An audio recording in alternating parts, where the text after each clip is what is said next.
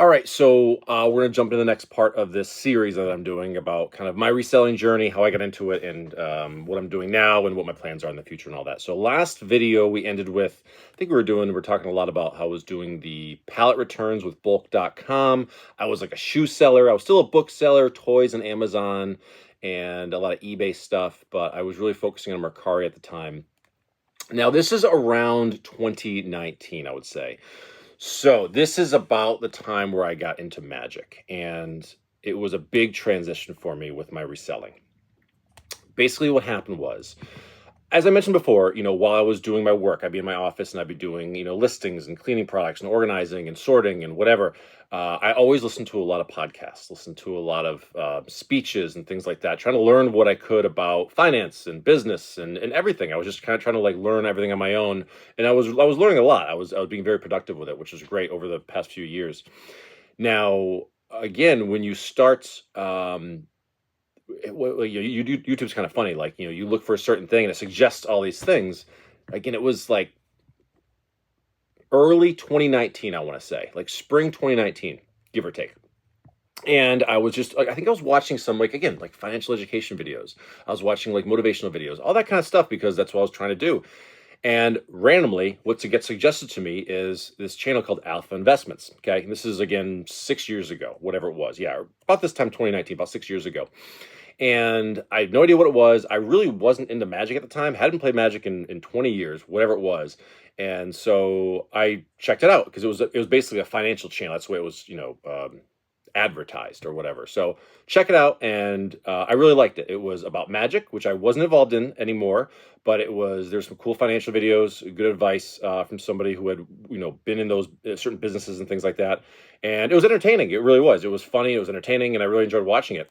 And so I started watching a lot of his videos, and honestly, that is what got me back into Magic, was just someone kind of talking about it and explaining it. And someone who appreciates the old cards like I do, because I played back then, had no idea what the new stuff was. So I got into it. I really enjoyed watching it.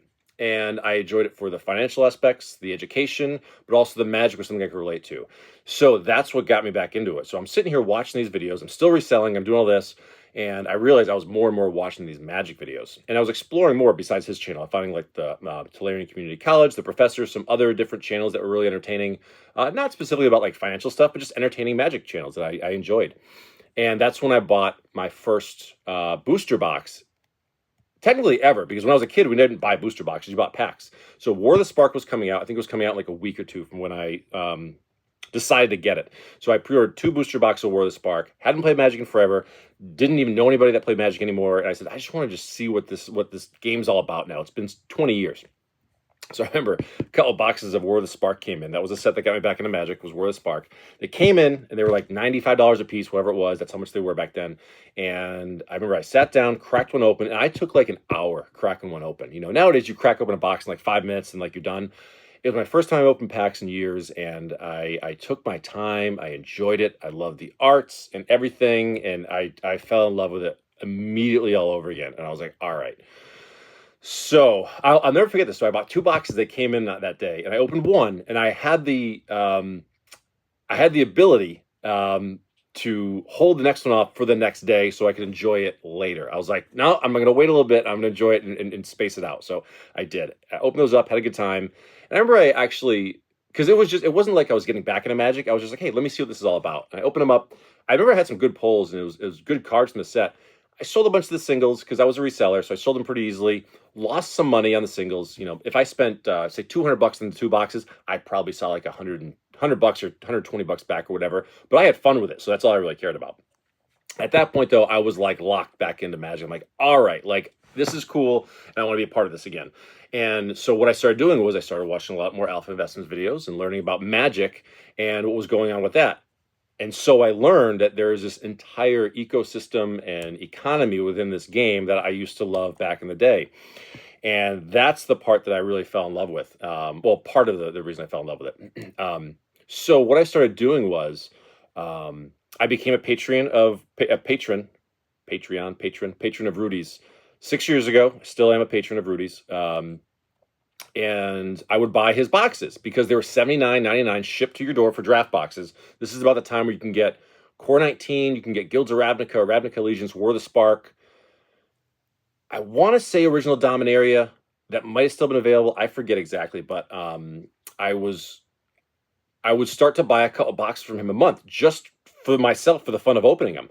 And so what I would do is I buy like say 1, 2, 3, 4 boxes a month, whatever it was, $80 shipped to your door, and I would just open them for the fun of it, sell the singles, would definitely lose some money on it, but I had a good time doing it, and I just enjoyed it. And so I did that. Like every month, I buy a couple boxes, crack them open, sell the singles, and whatever. And I keep going with my reselling and all that. Now, slowly over time, probably like 6 months or so, maybe a little longer, I really like a lot of my attention went towards Magic. And it's just kind of the natural thing that happens sometimes, especially as a reseller or a collector or whatever, just life in general. You slowly migrate to different things that catch your attention. And Magic catch my attention. So it caught my attention. So what I did was, not only was I just cracking these things open just for the fun of it and selling it, trying to get whatever money back I could, I actually started collecting the cards. I started building decks. I started like enjoying it more in every aspect of that you can. And it was funny because what the catalyst was is I actually a bunch of us friends from back in the day when we used to play Magic. Now we've all still been in contact, but it's a little different as you get older. We have families, we move apart a little bit, and people get busy. And it was one day I shot out an email to like 4, 5, or 6 people that I hadn't talked to in quite a while. And I said, hey, random question. Do you guys want to get together for some Magic some weekend? And like, it was overwhelmingly like, yes, like, let's do it. I'm like, sweet. So I'll never forget. We invited some people over, friends that we, haven't totally kept in full contact with for the years, but we were always like friends. And we started playing Magic again. And now it was funny because one of my friends, he hadn't stopped playing. He'd been playing this whole time. So it was great because he could explain to some of us how shit was going now, because we left right before like the Stronghold Urza's era, like late 90s. And we come back and there's these things called Planeswalkers. There's this thing called Commander. Like we didn't know what the hell was going on. And so he slowly introduced us to Commander, how that all worked. And we there was like 4, 5, 6 of us in the play group, so we naturally gravitated towards Commander because we all wanted to play. We started playing like I bought some of those Planeswalker decks to get started, and because they were basically pre-made. I'm not a good deck builder. I've never been a good deck builder. That's just how it is. So I bought some of those pre-made ones just to try it out.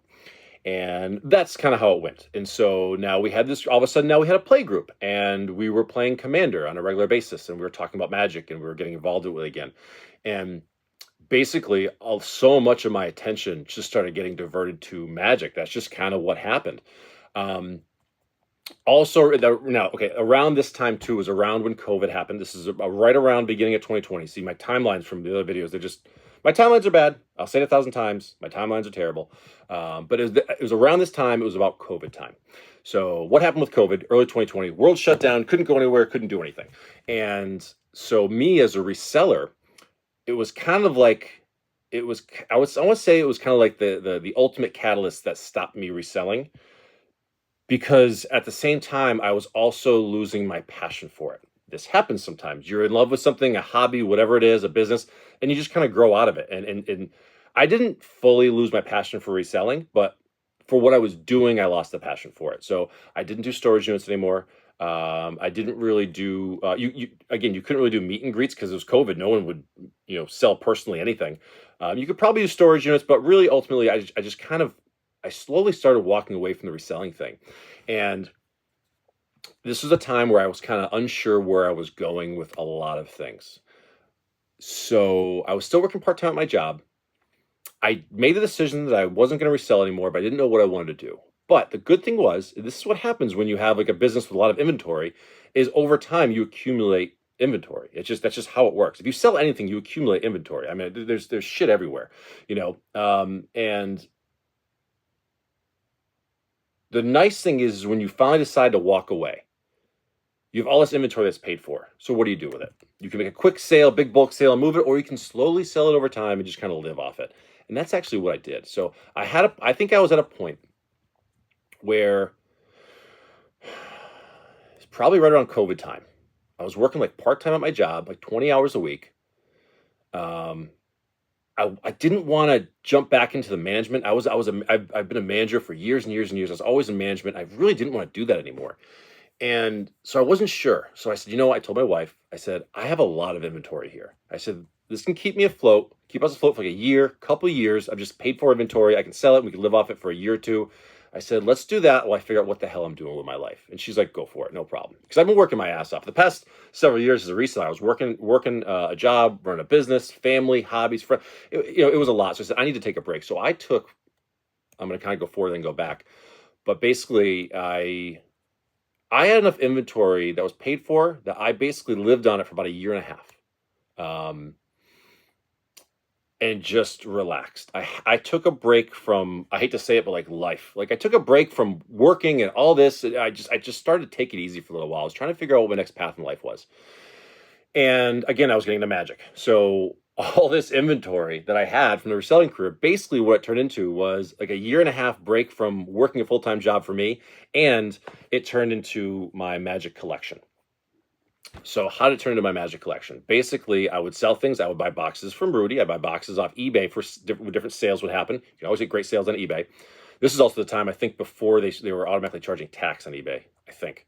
But anyways, started collecting boxes. I liked the idea of the sealed product. I got the idea from Alpha Investments because at the time too, so the past year or so, I was really getting into investing. And I never really been a big investor my whole life. And so at this point, I was like 34. 35, yeah, 35 or so, 34, 35. And like, I'm just starting to kind of get into investing a little bit because I finally had a little bit of money and I'm figuring some of those things out. And so I basically wanted to find different avenues. So when I heard about this thing about like, hey, you can like hold on to old booster boxes and they'll be valuable someday. I'm like, all right, sounds cool to me.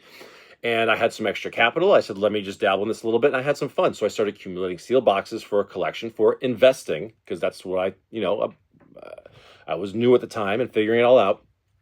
And also I was opening packs for myself. I was building lots of commander decks. Again, if I sold a bunch of stuff in a week of my reselling inventory, I would go pimp out some commander decks for sure. That's just what I was doing for a year and a half. It was selling my inventory, turning it into my magic collection and living and all that. That's all I did. And it just really what it was I lost interest in the reselling. Ultimately it felt like work, and I mean work does, but when you're working for yourself, when you've got your own business, it shouldn't. Some of it's always going to feel like work, but most of it shouldn't. You should really enjoy it. And the problem is like most of it felt like work to me. So I knew that my heart wasn't anymore. I didn't love it, and I was definitely getting into magic, and so all my focus on magic, the collecting of it, investing in sealed boxes and building and playing and all that. That's where all my resources went. And that's kind of what I did for like, probably that year and a half or so, give or take.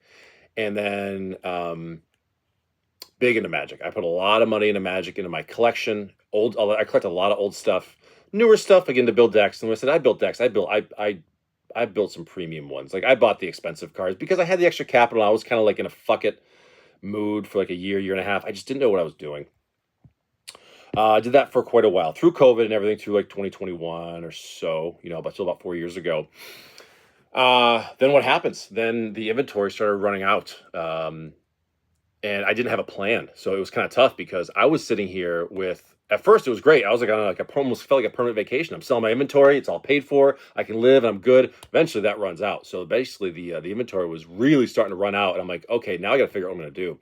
Still working part-time at my job for like a year or so, year and a half, excuse me. And, then I had to make the hard decision. So I had to go back to work full-time because I didn't want to resell anymore, but I didn't know what I wanted to do. I wasn't super happy about working full-time at my job because not that I'm super defiant, but I definitely I like to challenge people. I really do, and I don't mean that in a bad way, but like, I'm the kind of person where like, I'm fine. I understand the chain of command. I grew up in the restaurant business. Like I spent 20 years in the restaurant business. I understand the chain of command. It's like, it's very similar to how the military works. But I can be very defiant, at times. And so sometimes a regular job it's really difficult for me. It really can be. So I have to it can be tough, especially when I spent like 4 or 5 years working for myself. It's really difficult to go back into the world and being told what to do all the time when you're used to like not listening to anybody. It's very difficult. So basically I just let my reselling business go. I let it go. I walked away. I sold inventory, and that was it. And now I just had my magic collection, which was actually pretty valuable at the time too, because I had probably accumulated maybe like 100 draft boxes for a sealed collection. Maybe worth like 10 grand or so, but it was valuable, and I was happy with that, and I was building that. I was starting to do some investing, which was cool. And um, but like I said, then I got into started working full time again, making some money doing that. But I was always still reselling a little bit. I was always doing something with it always came back to doing something with magic cards. Now, for people that sell magic cards, I'm going to start getting into that world now after like 5 videos. For people that sell magic cards or want to get into selling magic cards, understand something. It is literally a game of pennies. Okay, depends how you do it, but it is literally a game of pennies. And when you start off doing something like where you're selling, you start off with the small stuff and you work your way up. And again, I was new to the magic world. I was new to single selling. I was new to sealed selling and all that. So I had to learn it all from the ground up. It was a whole new ball game for me again. So I learned TCG Player, selling singles on eBay, Mercari, buy listing through TCG Player, selling singles on TCG Player, selling singles on Facebook groups. There was another app that I got big on. It was called Oxit. It's a very small app, very good community though. And we maybe have like 30 or 40 or 50 regular buyers and sellers in there. Just a little app, but we used. But we used that. I started doing a lot of single selling on there. Started doing pack selling on there. That's where I started doing rip and ships. Was actually on Oxit like 4 years ago. This is before I even knew like the drips and the whatnots that were even like a thing, I think. But we did it on. Well, I was doing it on there. And say I had like a box of War of the Spark. Okay, so you list the way these sites worked. It was like, all right, I got 36 packs for sale. They're $5 a piece. I'll rip them live for you on screen, but because you're only shipping it with a stamp, it's the cheapest way to do it. Like, I'm just going to send you the hits and the rares. That's what you did. You know what I mean? That was widely known, and so the seller always kept the bulk, and this is how it was back then. And so I did that for a year or so, whatever. Kind of built a good reputation for myself in that community, a really good reputation for myself in that community. Ripped a lot of boxes. I dipped in my own stash for selling boxes that way, and had a lot of fun. And did great. That's probably about the time I want to say I got into Whatnot. I know I'm skipping some things. I'm sure I are. And I'm skimming over a few things pretty quickly, but let's just say, that was kind of like my beginning for Rip and Ships. And then a friend of mine told me about Whatnot. I said, hey, check out this app. It's like auctions. You can buy packs on there and singles, and it's great deals. It's awesome. They do giveaways. It's a lot of fun. Sure. So I checked out Whatnot, and I remember the first few things I bought on Whatnot. Like, I didn't even know what the hell I was doing. The first thing I ever bought was there's a guy doing some kind of wheel thing, and it was like $20. I remember I bought one, and I got an MH2 draft pack, and he ripped it, and I got like a bulk rare. I'm like, well, this is stupid. Like, this is a ridiculous thing. Like, why would I do this?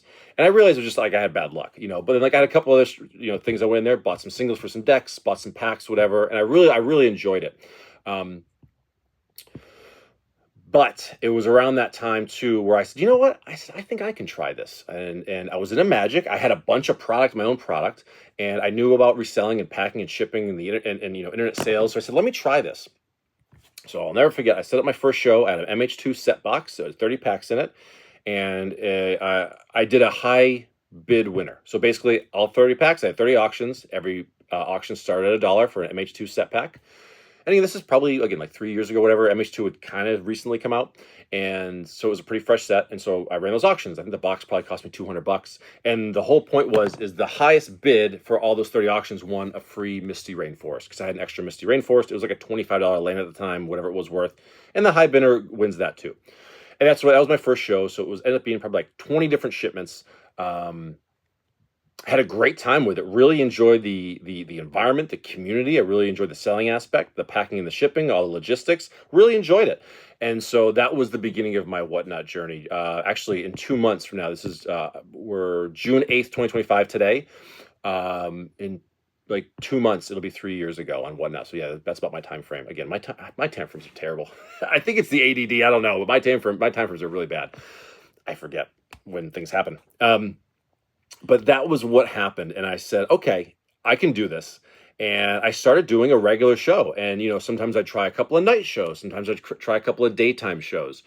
And I would always kind of change it up, figure out what I was doing. See, back then on Whatnot, you could do bounties, like, oh, the bounty is if you pull this card, you get this prize. And sometimes they were crazy. Some people would have like, hey, the bounty is if you pulled like the Borderless Foil Ragavan out of MH2 set pack, you win like 200 MH2 set boxes. Like, it was crazy. They did some wild shit back in the day. It was the wild, wild west of whatnot, kind of like eBay back in the day. And that's all gone now. All the games and the let's just face it, all that gambling stuff that was on these sites, it's gone now. Now it's a lot more. I don't want to say it's a lot more legit. 'Cause it's always legit, but it's less gambling. You're buying a product. If you're buying like packs or singles, like you're buying a product. That's what it is. But it's less gambling because some of the games people were playing were fucking bullshit. Like they were just scamming people left and right. It was ridiculous. Not to mention just other scammers in general. But I digress.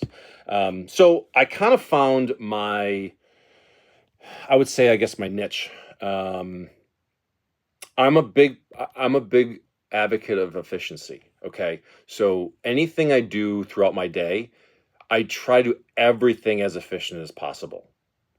It doesn't matter what it is. If I do something more than once or a couple times a week, if it's a regular thing in my life, I make sure it is as efficient as possible. It's just how my brain works. Maybe that's the OCD. I don't know. Um, but it's a good thing. It helps me out with organizing and keeping things on track, and it works out well. So what I figured out was if I did nighttime shows, there's 1,000 sellers on.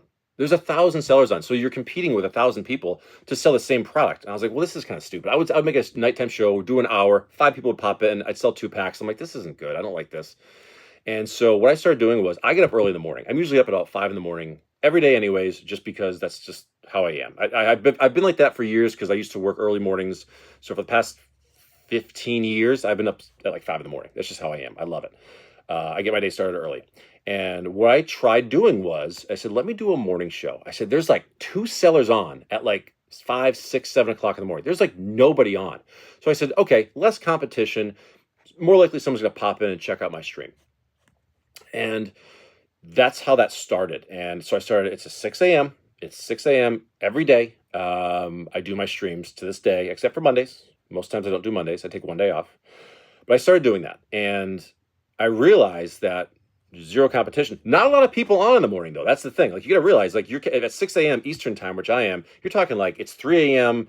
in California. So maybe you get the late night people, the night owls, or the early morning people in like the East Coast. But what I realize is it worked out really well. And so it worked out perfect for me because my schedule, basically, I try to be as efficient as possible. So it's like, all right, wake up, have a cup of coffee, have some breakfast, take a shower, get ready for work, then do my stream for an hour, hour and a half, then shoot to work. And it was perfect because in that time before work, let's be honest, most people we're not doing much anyways. I mean, maybe you catch a workout in the morning or something like that. Some people go to the gym first thing in the morning. I used to do that all the time before work. I'd go to the gym before work and then go to work. Now I do my whatnot shows before work, and now I go to work. And over time, like anything else, consistency, the dividends pay off big time with consistency. And that's where I really wanted to focus. And the time thing it worked out perfect for me. It just really did. It was like, you know what? Like, nothing else is going on in my life at 6 o'clock in the morning. There's nothing else going on at 6 o'clock in the morning. Like it was dead time, but I turned it into something really good. And slowly over time, I started getting a following, and it doesn't happen automatically. Like there was probably like the first year, honestly, like I was terrible. Like I didn't know what the hell I was doing. I was just like, every show was, who knows, there was no plan, whatever. I can't tell you how many times, like I would turn the camera on, the camera's facing this way, and I would sit there for like an hour. I wouldn't even say a word, and because I didn't know what to say. I'm like, I don't know what to do or how to, interact or whatever. Like it was awkward. It was really weird. And so that was probably like the first 6, 9 months, maybe a year of just that. And like I sell a couple packs here, a couple packs there. I had a couple people that would be regulars. We'd stop in, say hi or whatever. But it wasn't until I remember the sort of moment where it started to turn around for me. And I remembered, like, I enjoyed doing this. Like, it was fun for me, but I wasn't really doing anything. I realized, like, I interact, but not really. And I think I was like, I don't know if I was nervous or shy, because I'm not really a shy person, but I think I was like nervous of, like, again, how I would be looked at, like how I would be seen. And it was right around that time where I realized that none of that matters. And I mentioned this in other videos where it's like, you really can't worry about what other people think about what you're doing. You're doing this for yourself because you enjoy it. And that was when I said, you know what, I'm just going to do this and have some fun with it. And so I would turn on the camera in the morning, had my coffee, And I would just tell stories. I would just like I would say, listen, I grew up in the restaurant business. I grew up not always making the right decisions. And so I had a lot of cool stories to tell. I always say that. Like I may not have always made the right decisions in life, but I got some cool stories to tell because of it. So I just started telling stories and like making jokes and having fun with it. And I said, this is my hour. Like this is my show. I'm gonna do it the way I want to do it. And I started cracking more jokes and having fun and just being more outlandish and not like vulgar, but like, just like, hey, let's have some fun for God's sakes and tell us and just whatever. And that's when I think things turned around because I stopped being so nervous and I stopped worrying about like what other people would think about what I was doing. And I did what I wanted to do. And then that's when I think like the audience started to kind of come on along. We started to have a regular following. Some people that like have literally to this day been around for like since that beginning, which I love them because they're still hanging around with me through all my stupid stories and bullshit or whatever. But yeah, as I mentioned in another video, like it's and I thought about when I started doing YouTube is like you really have to just not give a shit what people say because honestly, if someone wants to say something negative, I don't care. I really don't. You know what I mean? And it's funny. Um, like I said, how we live in that world of people negativity and things like that. But like it doesn't have to be. And I like my stream to be a nice positive place. You know, and we've made it that over almost 3 years now. I can't believe it. I can't believe it's been 3 years. But what I want to do now kind of is I'm probably going to end this part of the video here because what I want to do that's basically kind of like my reselling story in a sense, from beginning to end, 5 or 6 parts or wherever it is I made. Again, I skipped a lot of stuff, obviously, 8 years of stuff, but now we're kind of into the whatnot thing. Now we're into where I'm with magic and moving forward with this part. I actually want to not that I'm a professional because I'm really not. Like I don't want it to sound like I think I'm some kind of professional because I'm really not. I still think I'm a rookie all the time. But I've done some things right and done some things wrong, and I want to start giving some people some ideas about whatnot and things like that if they want to sell on there. Um,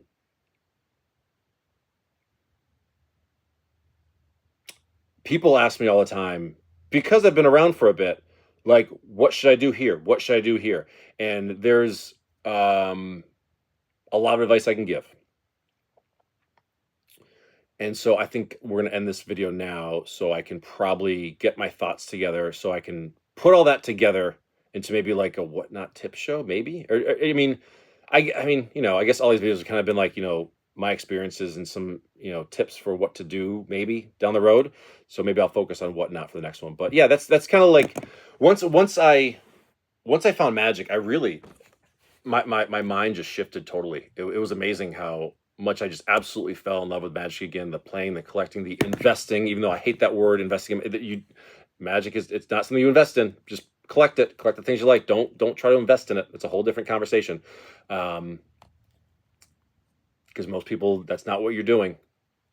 I feel like that's a whole video on itself of like what actually investing in it would be. But I'll anyways. Yeah. So that's about it at this point. Like I said, I'm into whatnot. And we'll make some videos about some stuff with that later.